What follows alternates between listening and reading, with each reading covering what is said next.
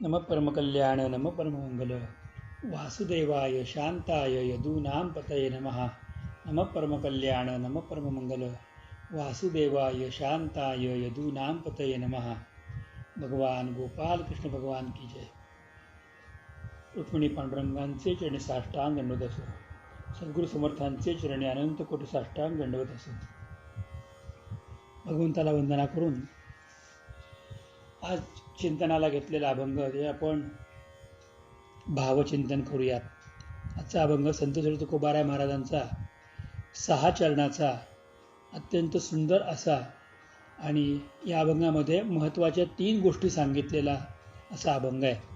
अभंगाचे शब्द याप्रमाणे आहेत। देवाच्या प्रसादे करारे भोजन, देवाच्या प्रसादे करारे भोजन, व्हाल कोण कोण अधिकारी ते, व्हाल कोण कोण अधिकारी ते, ब्रह्मादिकांसी हे दुर्लभ उच्छिष्ट, ब्रह्मादिकांसी हे दुर्लभ उच्छिष्ट, नका मानू विट ब्रह्मरसी, नका मानू विट ब्रह्मरसी, अवघिया पुरते ओसंडले पात्र, अवघिया पुरते ओसंडले पात्र, अधिकार सर्वत्र आहे येथे, अधिकार सर्वत्र आहे येथे, इच्छादानी येथे वळला समर्थ, किंवा इच्छादानी येथे ओळला समर्थ, अवघेची आर्त पुरवितो, अवघेची आर्त पुरवितो, सरे येथे ऐसे नाही कदा काळी, सरे येथे ऐसे नाही कदा काळी, उडती वाटे कवळी घ्यावी ऐसे,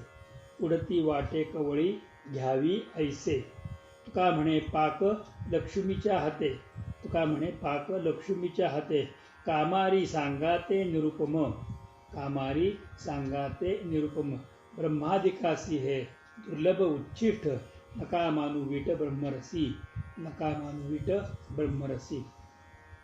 अत्यंत श्रेष्ठ असा हा जगद्गुरु तुकोबाराय महाराजांचा अभंग। या अभंगामध्ये काही शब्दांवरती आपल्याला विशेष ध्यान द्यायचं आहे। त्यातला प्रथम शब्द प्रसाद, दुसरा शब्द आहे अधिकारी, तिसरा शब्द ब्रह्मरस, त्याचबरोबर चौथा शब्द इच्छादानी, आणि सगळ्यात अवघड शब्द जो आहे तो पाक लक्ष्मीच्या हाते। या परमतत्वाचं आपल्याला चिंतन करायचं आहे, म्हणजे या अभंगाची ओळखण आपल्याला छान प्रकारे होऊ शकते। तुकोबाराय महाराज म्हणतात, देवाच्या प्रसादे करारे भोजन। तुकाराम महाराज आपल्या बरोबरच्या सगळ्या भक्तांना बोलावतात, म्हणतात या या या तुम्ही भगवंताचा प्रसाद घ्या। 2-3 लाक्षणिक अर्थ आहेत की एका अर्थामध्ये काहीतरी देवाचा उत्सव झालेला आहे आणि त्या उत्सवामध्ये सगळ्यांना भंडारा आहे, प्रसाद आहे, प्रेमाने तुम्ही घ्या, जेवायला बसा, भोजन करा, आणि भोजनाच्या अधिकारी ज्यांना प्रेम आहे ते सगळेजण या आणि भोजन करा, हा एक अर्थ येतो। एका अर्थामध्ये जन्माला आलेल्या प्रत्येक जीवाला आपल्या जीवनातला प्रत्येक क्षण हा भगवंतांचा प्रसाद समजून जगावाच लागतो, खावाच लागतो। असं म्हणून चालत नाही की हे मला नको, एखादी गोष्ट मला आवडली नाही, माझ्या संसारामध्ये असं नको, असं म्हणून चालत नाही, ते आपल्याला मान्य करावं लागतं। 2 माणसं स्कूटरवर जात असतात, पुढे एक स्कूटर चालत असतो, पाठीमागे एक मनुष्य स्कूटरवरती बसलेला असतो, आणि पुढं चालणारा मनुष्य वाटेमध्ये म्हणजे चालणारा मनुष्य जो आहे तो एकदम जोरजोरात आली, भिंत आली भिंत आली भिंत आली, आणि भिंत आली भिंत आली म्हणतो, आणि काही काळाच्या ती भिंतीवरती गाडी धडकते। मागचा मनुष्य त्याला म्हणतो, ब्रेक का नाही दाबला? मी म्हणतो ओढून सांगितलं भिंत आली आहे म्हणून। थोड्या रे गाडी चालवतोय कोण? तू, म्हणजे ब्रेक दाबायचं काम तुझं होतं, डोळे मिटायचं तुझं काम नव्हतं, डोळे मिटून गाडी चालवणं तुझं काम नव्हतं, डोळे उघडे ठेवून तुला वळायला पाहिजे होतं।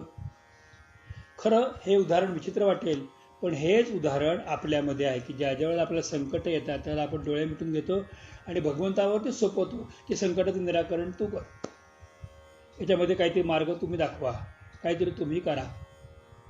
पण ब्रेक मारायचा आहे, पुढं जायचं आहे, डावीकडे जायचं आहे, उजवीकडे जायचं आहे, काय करायचं आहे त्याचा विचार तुम्ही जागृतीत करत नाही, आणि जागृतीतल्या चिंतनाला भगवंतांची साथ मागत नाही। भगवंतांची कृपा साथ मागायची आहे, पण चिंतनाला मागायची आहे। असेल हरित देल खाटल्यावरती असं नाही. त्यामुळे प्रसादाचा अजून एक अर्थ आहे की संसारामध्ये येणाऱ्या प्रत्येक प्रसंगाला, सुखाला, दुःखाला तुम्हाला सामोरं जायचंय.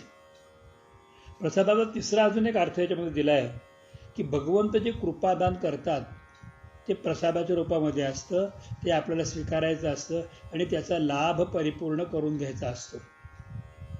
प्रसादाचा अजून एक अर्थ असा आहे की हा भगवंतांचा दिव्य प्रसाद संतांच्या हातून वाटला गेलेला आहे, संतांनी दिलेला आहे, ते समजून घ्या. आणि प्रसादाचा सहावा आणि अंतिम अर्थ असा आहे की प्रसाद म्हणजे श्री भगवंतांची दिव्य अशी कथा, ज्या कथेमध्ये भगवंतांनी विस्तार कथेचा 4 रूपामध्ये केला आहे. चतुर्व्यूहामध्ये तो विस्तार केलेला आहे. ते चतुर्व्यूह कोणतं आहे? तर भगवंतांचं नाम, भगवंतांचं रूप, भगवंतांचे गुण आणि भगवंतांची लीला, हे चारही प्रकारातून आपण श्री भगवंतांना समजावून घ्यायचं आहे आणि त्या नाम रूप गुण लीलेमध्ये आपण रंगून जायचं आहे. हा प्रसाद आहे आणि हे प्रसाद रूपी हरिकथामृत किंवा हरिकथा हेच भोजन आहे आणि या भोजनाचा लाभ तुम्ही घ्या. संसारामध्ये आलेला अभिप्रेत अर्थ हा आहे की हरिकथा हा प्रसाद आहे आणि त्याच्यामध्ये या हरिकथा प्रसादामध्ये तुम्हाला 4 प्रकारची पक्वानं मिळणार आहेत. भक्ष्य, भोज्य, पेय, चोष्य जसं जेवणामध्ये असतं तसं ही 4 प्रकारचे श्रीहरी परमात्म्याचे दिव्यत्व गुण, त्याच्यामध्ये नाम आहे, रूप आहे, गुण आहे आणि लीला आहे. ज्या वेळेला नाम, रूप, गुण, लीला यांचा परिपाक होतो, सगळे एकत्र येतात, त्यावेळेला ते तयार होतं ना, तो तयार होतो त्याला ब्रह्मरस असं म्हणतात. आणि याच्यावरती प्रमाण काय आहे? तर संत ज्ञानेश्वर महाराजांनी प्रमाण दिले की आजी ब्रह्मरसाचे पारणे अर्जुना लागी केले नारायणे, तेथ अवचित पाहुणे पातलो आम्ही. तर ब्रह्मरसाचं पारणं अर्जुनासाठी भगवंतांनी केलं. त्याच्यामध्ये भगवंतांनी आपल्या नाम रूप गुण लीला सगळ्या गोष्टींचं परिपाक करून परिपूर्ण असं संसाराला पुरेल असं गीतामृत सार त्यात दिलं. गीतामृत दुहे नमा. गीतारूपी म्हणजे एक अध्यात्मरूपी गाईचं दूध काढलं ते गीतामृत आहे. तर इथे प्रश्न असा आला, एक प्रश्न विचारला आहे पहिल्यांदाच तुकोबाराय महाराजांनी अभंगाच्या पहिल्या चरणातल्या दुसरा प्रश्न विचारला की व्हाल कोण कोण अधिकारी ते? या प्रसादाचा स्वीकार करण्याच्या अधिकारी व्हाल का? कोण होऊ शकतं? तर जर तुम्ही अधिकारी असाल तर तुम्ही लवकर या. मग अधिकारी कोणाला म्हणावं? तर या ठिकाणी अधिकार कोणाला आहे? तर जो गुरुकृपांकित आहे तो अधिकारी आहेच आहे, संत कृपांकित अधिकारी आहेच आहे, परंतु हे मी त्याचा अधिकारी आहे हे मी जाणलं पाहिजे. हा खरा अधिकारी कोण आहे? की जन्माला आलेला मनुष्य आहे ना, तो प्रत्येक मनुष्य या भगवंतांच्या कृपेमुळे जन्माला आलेला आहे आणि या भगवंतांच्या लीलांना हरिकथा ऐकण्यासाठी अधिकारी आहे. गोष्ट अशी आहे की आम्ही हा अधिकार काळात नाकारतो. त्यावेळेला आम्ही म्हणतो ना की आज मी चिंतन नाही केलं म्हणजे आपण त्या अभंगाच्या चिंतनासाठी आपल्याला दिलेला अधिकार नाकारतो. तसं व्यवहारामध्ये भगवंताने दिलेल्या अनेक संधी आम्ही नाकारतो. तर हा प्रसाद म्हणजे हरिकथेचा प्रसाद, त्याचे अधिकारी कोण कोण? तिथं अधिकारी एकच आहे की तो फक्त भक्त असावा, तो फक्त उत्सुक असावा. मनुष्यत्वम मुमुक्षत्वम महापुरुष संश्रयम असं शास्त्र सांगतं. मनुष्य असावा, तो मुमुक्ष असावा आणि त्यांनी महापुरुषांच्या सान्निध्यात जाऊन बसावं, ते अधिकारी आहेत. म्हणजे देवाचा जो प्रसाद आहे हा अध्यात्माचा प्रसाद जो आहे हे भोजन आहे. वैष्णवा घरी सर्व काळ सदा झणझणती टाळ हे त्यांचं भोजन आहे. हा अत्यंत सुंदर असा भगवंतांच्या नाम रूप गुणलीलांचा कथाप्रसाद हरिकथा. हरिरस पावा हरिरस पिवा साथे सहुने लावजो, हे जे काही म्हटलेलं हा ब्रह्मरस आहे. हा ब्रह्मरस हे पिण्याचे अधिकारी कोण कोण आहेत? एका तऱ्हेने तुकोबाराय महाराज कोण अधिकारी आहे असं विचारून तुम्ही अधिकारी आहात ही आपल्याला प्रेरणा देत आहेत. कारण पुढे 3ऱ्या चरणामध्ये तुकोबारायाने अधिकार सत्र सर्वत्र आहे येथे म्हणून त्या अधिकाराचं पहिल्या प्रश्नाचं उत्तर खाली दिलेलं आहे. अधिकार सर्वत्र आहे येथे, सर्वांना सकलासी येथे आहे अधिकार. तर आपल्याला त्यांनी सांगितलं. पण हा आहे की नेमकं काय आहे? तुम्हाला असं वाटतं की देवाच्या कथा त्याच कथा ऐकून आमचे पाप कशी धुतली जातील, त्याच कथांचं श्रवण करून त्याच कथा पुन्हा पुन्हा ऐकून त्या पाठ झाल्या आमच्या. अरे पण त्या कथा तुमच्या पाठ झाल्या, तर कथेतला विश्वास कुठं पाठ झाला? भगवंताने जो त्या कथेच्या माध्यमातून प्रत्येक भक्ताला विश्वास दिलेला आहे की तू एकटा नाहीस, प्रत्येक वेळी, प्रत्येक क्षणी, प्रत्येक युगात, प्रत्येक काळामध्ये प्रत्येक जीवाच्या बरोबर मी आहे, हा विश्वास तुम्ही ढळू देऊ नका. हा विश्वास तुम्ही ढळू देऊ नका.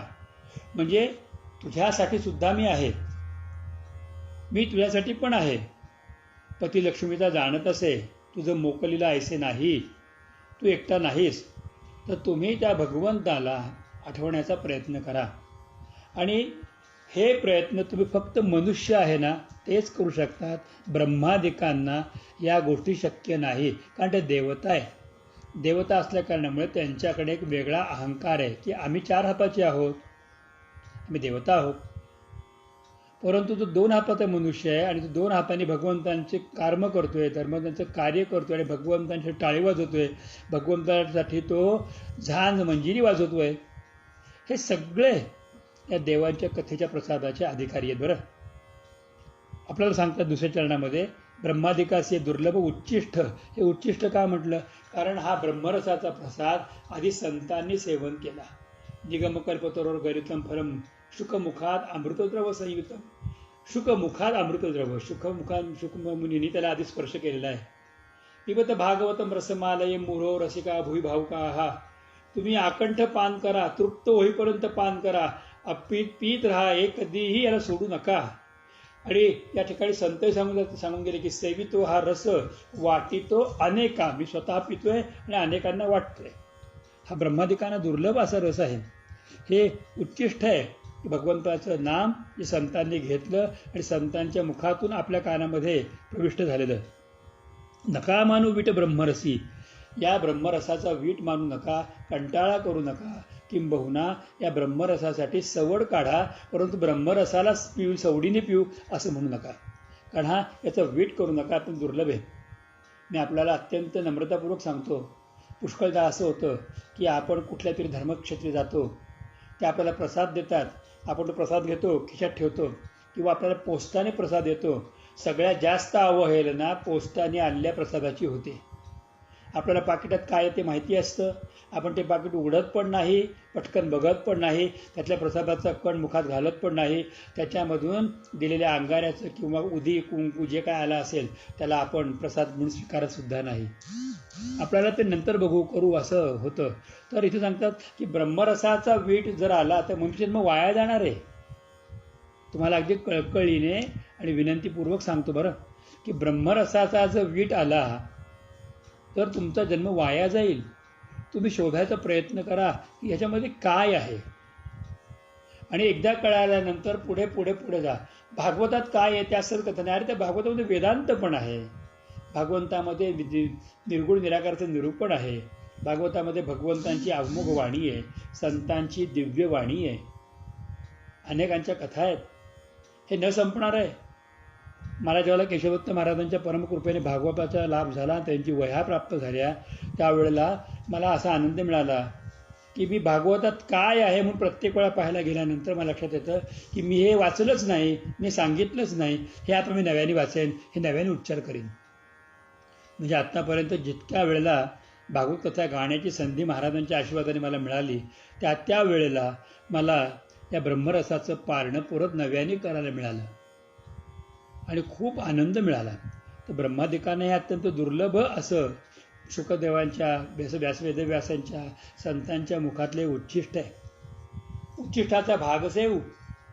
आम्ही त्या भगवंताचं उच्चिष्ट म्हणजे हे परमतत्व कथा हे आम्ही प्रसाद ग्रहण करू, अंतरंगामध्ये साठवू. खरं सांगा गेलं तर देव पण उष्ट घेतो. मग आपल्याला काय झालं? मधमाशीच्या तोंडातली लाळ मिसळलेलं मध देवाला चालतो. कारण काय आहे? त्रिमधुमधू मधू मधू म्हणून त्रिमधूमध्ये ह्या सगळ्या गोष्टी उष्ट्या नाहीत का? त्रिमधूमध्ये मधू मधू मधू म्हणून जे ब्राह्मण मंत्र म्हणतात, त्या त्रिमधूमध्ये मध हा उष्टाच आहे, दूध हेही उष्टच आहे, कारण आधी वासराने पिलेलं असतं आणि नंतर ती गायकडनं आपल्याला मिळतं. आणि शर्करा जी मिसळली जाते ती सुद्धा उष्टीच आहे. ती आधी काढली जात असताना उसातून काढली जाऊन त्याच्यामध्ये वेगवेगळ्या कला करून त्यामध्ये वेगवेगळ्या स्वरूपाची मिसळ करून ती आधी सेवन केली जाते. हे उचितच आहे ना हे सगळं. पण मग याच्यामध्ये भगवंताला जर आवडतं, मग या जीवनामध्ये नवीन कुठली गोष्ट आहे, तर त्यापेक्षा अध्यात्मातली गोष्ट जी आहे ना ती सर्वात श्रेष्ठ आहे. आणि हे ब्रह्माधिकार दुर्लभ आहे, कारण ब्रह्मादेवाला एक कर्म दिले, कार्य दिले. देवाधिकारने कार्य आहे, परंतु आपल्याला बाकी स्वतंत्रता आहे आणि त्या स्वतंत्रतेमुळे आपण ते घेऊ शकतो. आणि म्हणून आम्हाला अत्यंत प्रेमाने, विनंतीपूर्वक, आग्रहाने, निग्रहाने आणि निक्षून सांगितलंय. आग्रहाने, निग्रहाने आणि निक्षून सांगितलंय की नका मानू वीट ब्रह्मरसी. या ब्रह्मरसाबद्दल वीट मानू नका, कंटाळा करू नका, हा सेवन करायला यत्किंचितही विलंब करू नका.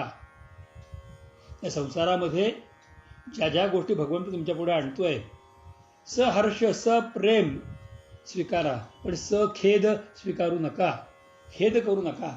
सहर्ष सप्रेम स्वीकारा. भगवंताने हा ब्रह्मरस दिलेला आहे. आणि हा ब्रह्मरस नेमकं काय आहे, तर भगवंताच्या कथेमध्ये काय आहे, तर भगवंताचं नाम आहे, भगवंताचं रूप आहे, भगवंतांचे दिव्य गुण आहेत आणि भगवंतांचे दिव्य लीला आहेत. नुसतं नाम काम करत नाहीये, तर नामाबरोबर भगवंताचं रूप दिसतं, भगवंताचे गुण दिसतात, भगवंताची लीला दिसतात. हे सगळं आल्यानंतर मग तो ब्रह्मरस तयार होतो. आणि हा ब्रह्मरस असा आहे, या ब्रह्मरसाचा रसिक स्वतः भगवान श्रीकृष्ण सुद्धा आहेत. भगवान शंकराचार्य महाराज नारायण स्तोत्राच्या 6व्या ओळीमध्ये म्हणतात की राधाधर मधुरसिका रजनी करकुण तिलका. राधेच्या अधरामृतावरती उत्पन्न होणाऱ्या हा ब्रह्मरस सेवन करण्यासाठी भगवान श्रीकृष्ण पण लालायित आहेत. राधा अधर मधुरसिका, राधाधर, राधा अधर मधुरसिका, रजनी करकुल तिलका. रजनी कुल म्हणजे हा यादव वंश, त्याच्या वंशाचा कुल तिलक म्हणजे भगवान श्यामसुंदर, हा पण रसिक आहे. असा हा ब्रह्मरस प्राशन करण्यासाठी आपण वीट मानू नका, कंटाळा करू नका, उशीर करू नका, उपेक्षा करू नका. किंबहुना हातामध्ये पडल्यानंतर पहिल्यांदा खा, घारीने नेला असं होऊ देऊ नका. आणि हा ब्रह्मरस कसा आहे तर सांगितलं की अवघिया पुरते ओसंडले पात्र. अवघिया, अवघ्या शब्दाचा नेमका अर्थ काय आहे तर आज जे जगामध्ये आहेत ते, जे होऊन गेले ते, आणि ब्रह्मांडामध्ये जेवढे म्हणून जीव जन्माला येतील, शेवटचा मनुष्य जन्माला येईल त्याला सुद्धा पुरेल एवढा ब्रह्मरस हा पात्राने आत्ता भरून ठेवलेला आहे. आणि अधिकार सर्वत्र आहे येथे, तुम्ही याचे अधिकारी आहात. अहो याचं ज्यांनी ज्यांनी सेवन केलं, मग ते पशु असतील, पक्षी असतील, प्राणीमात्र असतील, भूतगण असतील, ते उद्धारून गेले, ते उद्धारून गेले. धुंदुकारी हा भूत होता, प्रेत होता, पिशाच्य होता. धुंदुकारी या ब्रह्मरसाच्या पाण्यात उद्धरून गेला असं पद्मपुराणाच्या महात्म्यामध्ये सांगितलेलं आहे. बाकी अनेक प्रकारचे प्राणी सुद्धा उद्धरून गेलेत. आपल्याला माहिती आहे की जटायू उद्धरून गेला, आपल्याला माहिती आहे की गजेंद्र उद्धरून गेला, आपल्याला माहिती आहे ग्राह उद्धरून गेला. असे कितीतरी प्राणी आहेत की जे प्राणी उद्धरून गेले. सोनगिरीचं तर आठवण एवढी मोठी मला स्पष्ट आहे की मोठ्या महाराजांचा लाल्या नावाचा कुत्रा होता. त्या लाल्या कुत्र्याने महाराजांचा सहवास इतका घेतला होता की महाराजांना काय लाल्या, काशव्याने सांगितलं की तो लाल्या धावातून रघुनाथांना बोलून आणायचा, जाऊन धोतरातून ओढवून आणायचा, रात्री अपरात्री जाऊन सुद्धा ओढून आणायचा. महाराजांनी समाधी घेतल्यानंतर महाराजांच्या जिथं दाहसंस्कार झाला त्याच्या बाहेर तो लाल्या 12 दिवस बसून राहिला. आणि त्यावेळेला कालखंडामध्ये महाराजांच्या निमित्ताने भागवत कथा झाली होती आणि भागवताची परिपूर्ण 13व्या दिवशी अन्नदान भंडारा झाला. त्या भंडाऱ्याच्या टाकलेला थोडासा प्रसाद त्यांनी खाल्ला आणि तिथेच महाराजांच्या जिथं देह ठेवला होता त्या समाधीपाशी दोन्ही पाय लांब करून त्यांनी आपला देह विसर्जन केला. अशी ही मंडळी आहेत. असेही कुठल्या शरीराचे त्याने मनुष्याने उद्धरून गेलेले आहेत.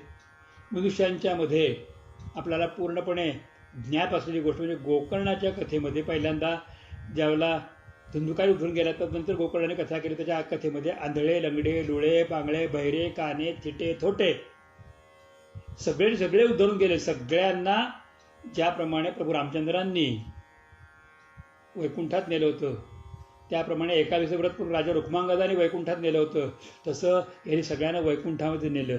आणि म्हणून सांगतात की अवघिया पुरते भोसंडले पात्र, अधिकार सर्वत्र आहे येथे. सर्वांना अधिकार आहे, तुम्ही त्या भगवंतांच्या कथामृत हरिकथामृत प्रसादाला तुम्ही सगळे या, त्याचा आनंद घ्या. आणि हा आनंद कधी संपणारा नाही आहे. आणि तो कसा आहे तर भगवान इच्छादानी येथे वळला समर्थ अवघेची आर्त पुरवतो. श्री भगवंताला एकमात्र इच्छादानी असं तुकोबाराय म्हणतात. हा भगवान इच्छादानी येऊ. या इच्छादानीवरती पण थोडंसं लक्ष द्या. जो जे वांछील तो ते लाहो प्राणीजात. हा इच्छादानी आहे. हा इच्छादानी कसा म्हणजे गम्मशीर 2 प्रकारातून इच्छादानी. हा एक भक्तांच्या सामान्य इच्छा परिपूर्ण करतो आणि 2 भगवंत आपली इच्छा भक्ताच्या द्वारा परिपूर्ण करतो. नीट समजून घ्या. भक्ताच्या सामान्य इच्छा परिपूर्ण करतो आणि 2 भगवंत भक्ताच्या द्वारा आपल्या इच्छा परिपूर्ण करतो. जसं बापाला जर कठीण प्रसंगातून जावं लागलं असेल तर बाप आपल्या सगळ्या राहिलेल्या इच्छा आकांक्षा मुलावरती पूर्ण करतात. तर भगवंत कसं करतात म्हणजे तर आमच्या मनात ज्या काही इच्छा ते पूर्ण करतो, पण भगवंतांची इच्छा जी आहे ती भक्ताकरवी पूर्ण करून घेतो. म्हणजे काय करतो तर भगवंताची इच्छा असते की प्रत्येक भक्ताने माझ्याकडे यावं आणि माझ्याशी एकरूप व्हावं. मग त्याप्रमाणे भगवंत त्याच्या आयुष्यामध्ये तसे प्रसंग निर्माण करतो, व्यवस्था करतो. तसे सत्पात्र संत त्याला भेटवतो. तसं त्याच्या मुखामध्ये नाम देतो. त्याला तसं बरोबर वळवतो आणि त्याला वळवून बरोबर तो फिरवून त्याला आपल्या चरणापाशी बरोबर घेऊन येतो. म्हणजे भगवंताची जी इच्छा असेल एखाद्याला जवळ करायचं तो इच्छादानी असा आहे की त्याला कुठल्याही मार्गाने फिरवून आपल्याकडे आणतो. तुकोबाराय महाराज सगळ्यात मोठं उदाहरण आहे. संसारामधला तुका हा जीव शेवटी वैकुंठाला जाणारा तुकोबा इथपर्यंत घडवून आणलं. कसं केलं? दुष्काळ प्रकरण वगैरे काय केलं, कसं केलं ती गोष्ट आहे. सगळ्यात मोठी गोष्ट प्रसंग सांगतो आपल्याला की प्रभू राम इच्छादानी आहे. तर रामाची इच्छा होती की 14 वर्षाच्या वनवासामध्ये मी जंगल जाईन आणि जे अनेक ऋषीमुनी तपस्या करत बसले कोट्यावधी वर्षात बसून सगळ्यांच्या आश्रमात जाईन, सगळ्यांना पावन करीन, त्यांच्या शिष्यांच्या सकट सगळ्यांचा स्वीकार करीन. हात वर करून त्यांनी ही आवनी राक्षसहीन करून टाकीन म्हणून प्रतिज्ञा केली. आणि हा इच्छाधारी भगवंत ज्यांची इच्छा होती त्यांना दर्शनाचा लाभ दिला, ज्यांची इच्छा होती त्यांना अनेक प्रकारच्या संपत्तीचा लाभ दिला, ज्यांची इच्छा होती त्यांना ज्ञानाचा लाभ दिला आणि ज्यांच्या इच्छा होती त्यांच्या हृदयामध्ये भगवंतांनी ज्ञान रूपामध्ये वास्तव्यही केलं. आणि त्यावेळेला या इच्छादानी भगवंताने मंथरेला, या इच्छादानी भगवंताने कैकईला सुद्धा प्रेमाचं पात्र केलं. सुरुवातीला त्यांच्या दृष्टीने वाईट शब्द उच्चारले गेले, परंतु फिरून आणल्यानंतर त्यांना पण जवळ केले. मंथरेवर देवाचा राग असता तर तिला पुढचा जन्म भगवंताने कुब्जा म्हणून सान्निध्याचा दिला नसता. तिला कुब्जा केली, त्या जन्मामध्ये पण तिची सेवा घेतली, तरी भगवंताचं मन भरलं नाही. 3रा जन्म तिला जनाबाईची दासी करून टाकलं, नाम्याची दासी जना करून टाकलं आणि 3ऱ्या जन्मामध्ये तिच्याबरोबर पूर्णपणे तिने एकरूप झाला. म्हणजे जी मंथरा होती, जिने रामाला वनात पाठवलं होतं, त्या मंथरेला पुढच्या जन्मामध्ये त्यांनी बरोबर फिरवून कुब्जादासी केलं आणि त्याही जन्मात त्याची परिपूर्ती झाली नाही म्हणून तिला त्याच्या पुढचा जन्म दिला. म्हणे नामयाची दासी जनाबाई करून टाकलं. आणि ज्या जनाबाई महाराजांचा अधिकार सर्वात श्रेष्ठ अधिकार आहे. आज आपण जनाबाईंच्या पायावर डोकं टेकून नमस्कार करतो. सांगितलं असं मंत्र्याच्या पायावर डोकं टेकून नमस्कार करा कोणी केला असता का? सांगितलं असतं की कुब्जेसारखं आमच्या घरी या. त्याला कुब्जे बाबतीमध्ये भागवतामध्ये प्रश्न आला आहे की आमच्यासारख्या रस्त्यावरच्या लोकांना तुमच्यासारख्या बायकांचाच आधार असतो. अर्थ खूप वेगवेगळे काढतात लोक. आमच्यासारख्या भटक्या लोकांना तुमच्यासारख्या बायकांचा आधार असतो, असं भागवतातलं वाक्य बरं हे. परंतु हे काय आहे की आमच्यासारखे भटकत शोधणारे, पात्र शोधणारे, त्यांना आम्ही कृपापात्र करतो. हा इच्छादानी आहे. येथे वळला समर्थ, तो तुमच्यापर्यंत येऊन पोहोचलेला आहे. हा साक्षात समर्थ परमात्मा आहे. हो, तुम्ही काय विचार करता? या भगवंताविषयी तुम्ही काय करता? अवघेची आर्त पुरवितो. या ठिकाणी शब्दामध्ये जरा फोडायचं आहे. अवघेची आर्त पुरवितो. अवघे शब्द वेगळा आहे, ची शब्द वेगळा आहे आणि आर्त पुरवितो. अवघेची आर्त पुरवितो. तुमच्या मनातले असतील ते, त्याच्या मनात असतील ते, भविष्यामध्ये असतील ते सगळं अवघा रंग एक झाला. अवघेची त्रैलोक्य आनंदाची आता अवघा माझा चक्रपाणी, अवघाच तो नारायण, अवघा तो विठ्ठल कृपा कर दानी. किती शब्द अवघ्यावरती संतांनी वचनं दिलेली आहेत. ते अवघेची त्रैलोक्य आनंदाची आता चरणी जगन्नाथा चित्त ठेले. तो अवघाची आर्त म्हणजे भक्तांच्या सर्व इच्छा परिपूर्ण करतो. हा फार मोठा दानी आहे आणि याची इच्छा परिपूर्ण करण्यासाठी या विठ्ठलाला हा मोठा समर्थ आहे, इच्छादानी आहे आणि तो आपल्याकडे प्रेमाने वळलेला आहे आणि आपल्या सगळ्या मागण्या, सगळ्या इच्छा, सगळी आर्तता तो परिपूर्ण करतो. केवढा मोठा आहे. अधिकार सर्वत्र आहे येथे. त्यांनी सर्वांना अधिकारी केले बरं याच्या गोष्टीचा. आणि पुढं सांगितलं की सरे येथे ऐसे नाही कदा काळी, पुढं ती वाट कवळी घ्यावी ऐसे. सरे येथे ऐसे नाही कदा काळी. ह्या ब्रह्मरस संपेल, देवाचं नाव संपेल असं कधीच नाही. अहो तुम्हाला वाटतं की धर्मसंकटामध्ये याच्यापेक्षा वाईट संकटामध्ये आला होता, पुढे गेला. मी आज एक वाक्य बोललं तर कदाचित कोणाला आवडेल, कोणाला आवडणार नाही, पण मला बोलण्याचा मोह फार होतो. मी बोलतो. सध्या पितृपक्ष चालू आहे आणि पितृपक्षामध्ये सध्या पितरांच्या म्हणजे भाद्रपद वद्यातल्या पितृपक्षामध्ये पितरांना बोलवून त्यांच्या निमित्ताने अन्नदान करणं किंवा तर्पण करणं, श्राद्ध करणं आणि त्यांच्या दृष्टिकोनातून पाणी देणं हे फार महत्त्वाची गोष्ट आहे. जे पितरांना श्राद्ध करत नाहीत ते पापी आहेत असं शास्त्र सांगतं. एक गोष्ट कधी विचार केला आपण की सगळे सण एक दिवसाचे असतात. सगळे सण एक दिवसाचे आहेत. नवरात्र बाकी 9 दिवसाचे आहे. भागवत सप्ताह 7च दिवसाचा आहे. गणपती बाकी 10च दिवसांची आहेत. सगळ्यांची संख्या कमी आहेत. पण श्राद्धाचे दिवस किती आहेत? 15 पण नाही, 16. पौर्णिमेला सुरुवात होते, अमावस्येपर्यंत चालते. 16 पण नाही, 17. अरे काय चालले महाराज, एक सांगा ना तुम्ही. सांगतो ना, 15 दिवस वद्यप्रतिपदा ते अमावस्यापर्यंतचे. 16वा दिवस म्हणजे पौर्णिमेचा, याची पौर्णिमा श्राद्ध होते.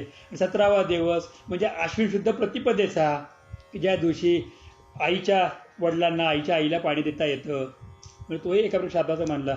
म्हणजे देवांचे दिवस 1, 3, 5, 7, 9, 10 आणि पितरांचे दिवस 16, 17. कधी याचा विचार केला आहे का आपण? सगळ्यात मोठं कारण त्या पितरांना खरं त्याला पिंड मिळतात का? खरंच ते खातात का? ते ब्राह्मण त्यांच्या गोष्टी जेवून ते खीरपुरी ब्राह्मण खाऊन फुगलेत. पैसे मागतात, दक्षिणा मागतात, 2000 द्या, 3000 द्या, 5000 द्या. त्यांनी हे झालेले आहेत. मला एक गोष्ट कळत नाही की विशेष वर्ष श्राद्धाची विधी आम्ही करतो तरी का? हे सगळ्यात मोठं कारण आहे. माझा बोलण्याचा राग आला तर मला क्षमा करा, सलगीच्या उत्तरा आणि तुका म्हणे क्षमा करा. तर त्याचं गोष्ट अशी आहे की अरे यांना 15 दिवस पण कमी आहे. त्याचं कारण आहे हे पूर्वज होते म्हणून आज आपण तुकोबायांची गाथा वाचू शकतोय. त्या पूर्वजांनी विपरीत परिस्थितीमध्ये सुद्धा हिंदू धर्म सोडला नाही. या पूर्वजांवरती अत्याचार झाले पण त्याने धर्म सोडला नाही आपला. त्या धर्माचे संस्कार आपल्यावरती केले म्हणून आज आपण गळ्यात जानवं घालू शकतोय, हिंदू म्हणू शकतोय, शेंडी ठेवू शकतोय, गीता वाचू शकतोय. आता आपण हे सगळे हात वर करून किंवा हात आडवे तिडवे करून किंवा नाही त्या अवस्थेमध्ये पोचलो असतो. तर हे भगवंतांची कृपादान आहे.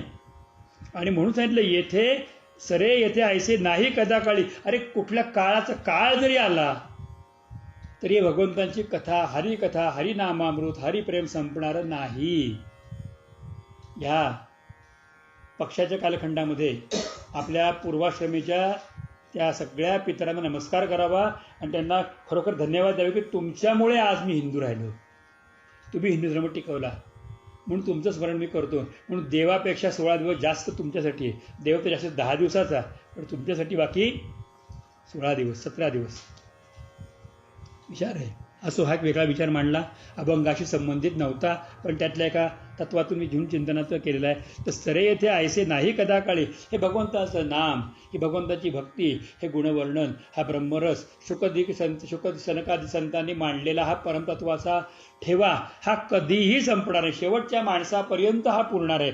किंबहुना शेवटचा माणूस म्हणणंच चुकीचं आहे. कारण काय आहे की ज्या वेळेला हे सृष्टी प्रलयामध्ये जाते, सगळी सृष्टी ब्रह्मदेवाच्या स्वाधीन होते आणि ब्रह्मदेव विष्णूंच्या स्वाधीन होतो, त्यावेळेला पुन्हा ज्या सृष्टी निर्माण होते त्याला भगवान विष्णू प्रथम ब्रह्मदेवाला प्रकट करतात आणि ब्रह्मदेव पुन्हा सृष्टीला प्रकट करतो.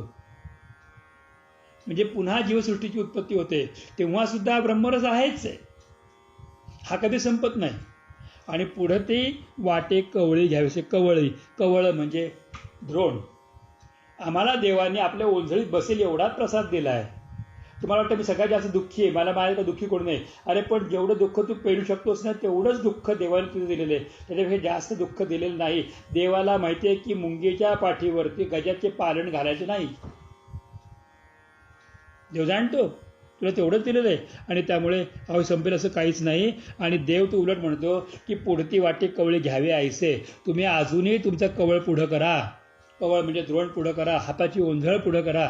नाम तर घ्याच घ्या. आणि संत ब्रह्मरच ओतत आलेले आहेत ना, तो हातामध्ये घ्या आणि प्या. पूर्वीच्या काळी पाणी प्यायला कोणी मागितलं की ओंझळ केली जायची आणि वरनं कळशीने पाणी ओतलं जायचं. तुम्ही किती पिताय, कळशी संपणार नाही. तुम्ही ओतच राहतो, तुम्ही पित राहा. तुम्हाला किती प्यायचं आहे, भांड्याने पाणी देत दुसऱ्यांदा पाणी मागतो, त्याला पाणी द्यावं. पण तुम्ही ते ओंझळ केली, तहानलेले आहात. समुद्र ठेवलाय की त्यांनी, त्याला काय कमी आहे. अहो त्यांनी काय पुढती वाटे कवळी घ्यावी असे. तुम्ही हात पुढं करा आणि घ्या. फार मोठा आनंद आहे. आणि तुका म्हणे पाक लक्ष्मीच्या हाते. हे सगळ्यात महत्त्वपूर्ण विवेचन आहे. याच्यावरती चिंतन करणं फार आवश्यक आहे. कारण भगवान परमात्म्यांची प्रिय दासी, प्रिय भक्त फक्त लक्ष्मी. तिने भगवंताला ओळखलं, तिने स्वतःचा अधिकार सोडला. जी लक्ष्मी एका दिवसामध्ये 14 इंद्र तयार करते, ज्या लक्ष्मीच्या दासी सुद्धा इंद्र बदलतात, ती लक्ष्मी सगळं सोडलं आणि भगवंताचे पाय दाबते. आणि त्या हरिकथेमध्ये ती रंगून जाते. आणि तिच्या मुखारविंदामध्ये भगवंताचं नाम आहे. लक्ष्मीचा शब्दाचा अर्थ लक्ष्मी, माझ्याकडे लक्ष द्या. त्याचा अर्थ असा आहे की ज्याप्रमाणे मी भगवंतांचे चरण सोडलेले नाहीत, त्याप्रमाणे तुम्ही भगवंतांचे चरण सोडू नका, भगवंतांचा ब्रह्मरस सोडू नका, हरिकथा सोडू नका. हे पीत राहा. अधिकाच्या भागवतामध्ये मी आवर्जून सांगितलं होतं की भगवंताची कथा संतांनी केली की 7 दिवस, सनकादिकांनी केली की 1 महिना, भगवान शिवाने केले की 1 वर्ष, विष्णूने सांगितले की 1 वर्ष. पण लक्ष्मी करते, तिला 12 वर्ष लागतात कथा सांगायला. तर ही लक्ष्मी सतत एक तप झालं की पुन्हा सांगायला सुरुवात. हिच्या इतकं कोण करणार आहे. आणि कामारी सांगाती निरुपम. आणि हिच्या बरोबरीने काम करणारी माणसं पण भरपूर आहे. त्यांचं वर्णन मी काय सांगू. काम करणारी माणसं म्हणजे लक्ष्मीची कामारी कोण, तर सकल संत. या जगामधल्या प्रत्येक काळामध्ये संतांची कमतरता नाही. आज तुक्या आहे असं नाही. आज तुकोबाराय महाराजांना जाऊन 350 वर्ष जास्त काळ झाला, पण त्यांचे अभंग आजही चिंतन करत असताना नवीन न वाटतात. आज मी सांगण्याचा प्रयत्न करतोय, अजून 5, 15, 100 वर्षानंतर दुसरे कोणतरी सांगतील, माझ्यापेक्षा 100 पट अर्थ अजून छान सांगतील. एक हिंदी गाणं मी ऐकलं होतं पूर्वी, ते फक्त आठवलं म्हणून सांगतो, अभावी संबंधित नाही, पण ते लक्षात घ्या मी काय बोलतो ते. मैं पल दो पल का शायर हूँ, पल दो पल मेरी जवानी है, पल दो पल मेरी हस्ती है, पल दो पल मेरी कहाणी है. या गाण्यामध्ये तो शायर सांगतो की उद्या अजून माझ्यापेक्षा जास्त चांगले लोक येतील सांगणारे, आणि जास्त चांगले लोक येतील तुमच्यापेक्षा ऐकणारे सुद्धा. तसं ह्या लक्ष्मीच्या अनेक कामारी सांगाते. कामारी म्हणजे अनेक तिचे दास आहेत.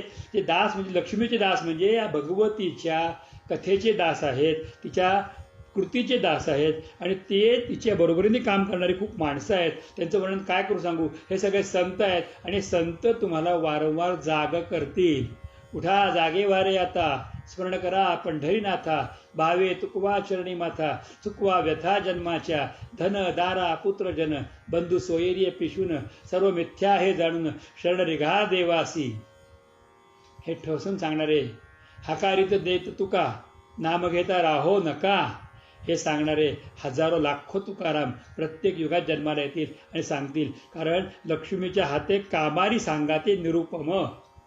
ह्या लक्ष्मीप्रमाणे हे सांगणारे कामारी म्हणजे दास, भगवंतांचे दास, भगवंतांची चरणधूळ, भगवंतांचे धुलीकण, रजकण, संत रजकण अरे करोडोनी पडलेले आहेत, करोडोनी पडलेले आहेत, करोडोनी पडलेले आहेत. खरोखर सांगतो आपल्याला, आज डोळे उठून बघितलं ना, तर आज एवढे संत लोक जगामध्ये आहेत, एवढे संत लोक आहेत, आणि एवढे प्रेमळ आहेत, आणि एवढे सच्छील आहेत, आणि एवढे सांगायला तत्पर आहेत. फक्त आम्हाला ऐकायला सवड नाही. आम्हाला ऐकायला सवड नाही. आम्ही जर सवड काढली, आमचे कान जर उघडे केले, आणि उघड्या कानाने जर आम्ही ऐकलं, उघड्या डोळ्यांनी आम्ही पाहिलं आणि आमच्या चित्ताला जर उघडं करून ठेवलं तर चित्तामध्ये भगवंताला बसायला वेळ लागणार नाही. पण आमच्या चित्तामध्ये आधीच कामादी विकार भरून ठेवलेले त्यांना आम्ही बाहेर काढत नाहीत, तर मग भगवंताला बसायला जागा आहे कुठे, अशी गोष्ट होते. तर असा दिव्य अभंग, या अभंगात पहिल्यांदा सांगितलं होतं आपल्याला की भगवंताने दिलेला प्रसाद म्हणजे आपलं जीवन आहे, आपलं नशीब आहे. त्यालासुद्धा तुम्ही एकरूप करा. कशाच्या रूपाने? तर भगवंताच्या हरिकथेमधून तुम्ही एकरूप करा, एकरस करा. आणि त्यावेळेला तुम्ही अधिकारी आहात. तुम्हाला देवाने अधिकार दिलेला आहे, सगळ्यांना अधिकार आहे. हे ब्रह्माधिकार दुर्लभ आहे, कारण ही मुक्तीची भाषा, भगवत चरणाश्रयाची भाषा फक्त माणसासाठी आहे, बाकी कोणासाठीही नाही. इथे पात्र गच्च भरलेलं आहे, तुम्ही सुपात्र व्हा आणि ते स्वीकार करा. हा भगवंत इच्छादानी आहे. तो त्याच्या इच्छेने आणि आपल्या इच्छेने सगळ्या आर्त भक्तांच्या सर्व इच्छा परिपूर्ण करतो. या इथे संपणाचं काही नाही. कल्पांतावेळीच कल्पांतानंतर सुद्धा पुरेल एवढंही भरलेलं आहे. आणि आपण फक्त पुढं जायचं आहे आणि हाताची कवळ करायची, ओंझळ करायची. ओंझळीमध्ये भगवंताला ते घ्यायचे आणि प्रसाद घेऊन प्राशन करायचं आहे. ज्याप्रमाणे आपण दिव्याची आरती घेताना ओंझळ फिरवतो उलटी पालती आणि ते सगळं तेज घेतो, परत ओंझळ सुलटी करतो, मुखाला लावतो, मस्तकावर घेऊन सगळ्या अंगाला फिरवतो. त्याप्रमाणे हे परत परत ब्रह्मरस घ्या, तेज घ्या, प्राशन करा, मस्तकाला लावा, संपूर्ण अंग आपण भगवंतमय करून टाका. तुकाराम महाराज म्हणतात की हा पाक म्हणजे हे परमतत्व जाणलं लक्ष्मीने. लक्ष्मी मातेने पहिल्यांदा हे जाणलं आणि ती म्हणते लक्ष्मी, ज्या लक्ष्मीच्या दासी एका दिवसात 14 इंद्र तयार करू शकतात, त्या लक्ष्मी सगळं सोडून भगवंताचे चरण सोडत नाही. आणि तिचे कामारी म्हणजे दास असे भगवती लक्ष्मीकडे बघून भगवंताची सेवा करणारे लाखो करोडो संत प्रत्येक युगात ईश्वरनिष्ठाची मांदियाळी प्रत्येक क्षणामध्ये आहे. आपण डोळे कान नाक उघडे ठेवा, त्यांना पहा, त्यांना ओळखा, त्यांच्या मुखातून भगवंतांच्या कथेचा लाभ हा अमृत घ्या आणि उशिष्ट सेवन करून हा ब्रह्मरस प्या. पण मी तुम्हाला एकच विनंतीपूर्वक शेवटचं सांगतो, नका मानू वीट ब्रह्मरसी. याचा अव्हेर करू नका, याचा स्वीकार करा, याचा स्वीकार करा. चला तर जेवायला. कोण कोण येतं? याला तरी या रे अवघे माझ्या मागे मागे, आज देतो पोटभरी, पुरे म्हणाल तो वरी. झालेली सेवा भगवंतांच्या सद्गुरुनाथांच्या तुकोबारायांच्या चरणी अर्पण करून वाणीला विश्राम देतो. कुंडलिका वरदे हरी विठ्ठल श्री ज्ञानदेव तुकाराम श्री पंढरीनाथ भगवान की जय. माऊली ज्ञानेश्वर महाराज की जय. जगद्गुरु तुकाराम महाराज की जय. श्री गुरु गोविंद महाराज की जय. श्री सद्गुरु केशवदत्त महाराज की जय. सद्गुरुनाथ भगवान की जय. सर्व संतन की जय. गोपाल कृष्ण भगवान की जय. सर्वांना माझा प्रेमपूर्वक नमस्कार. जय श्री कृष्ण, जय श्री कृष्ण, जय श्री कृष्ण.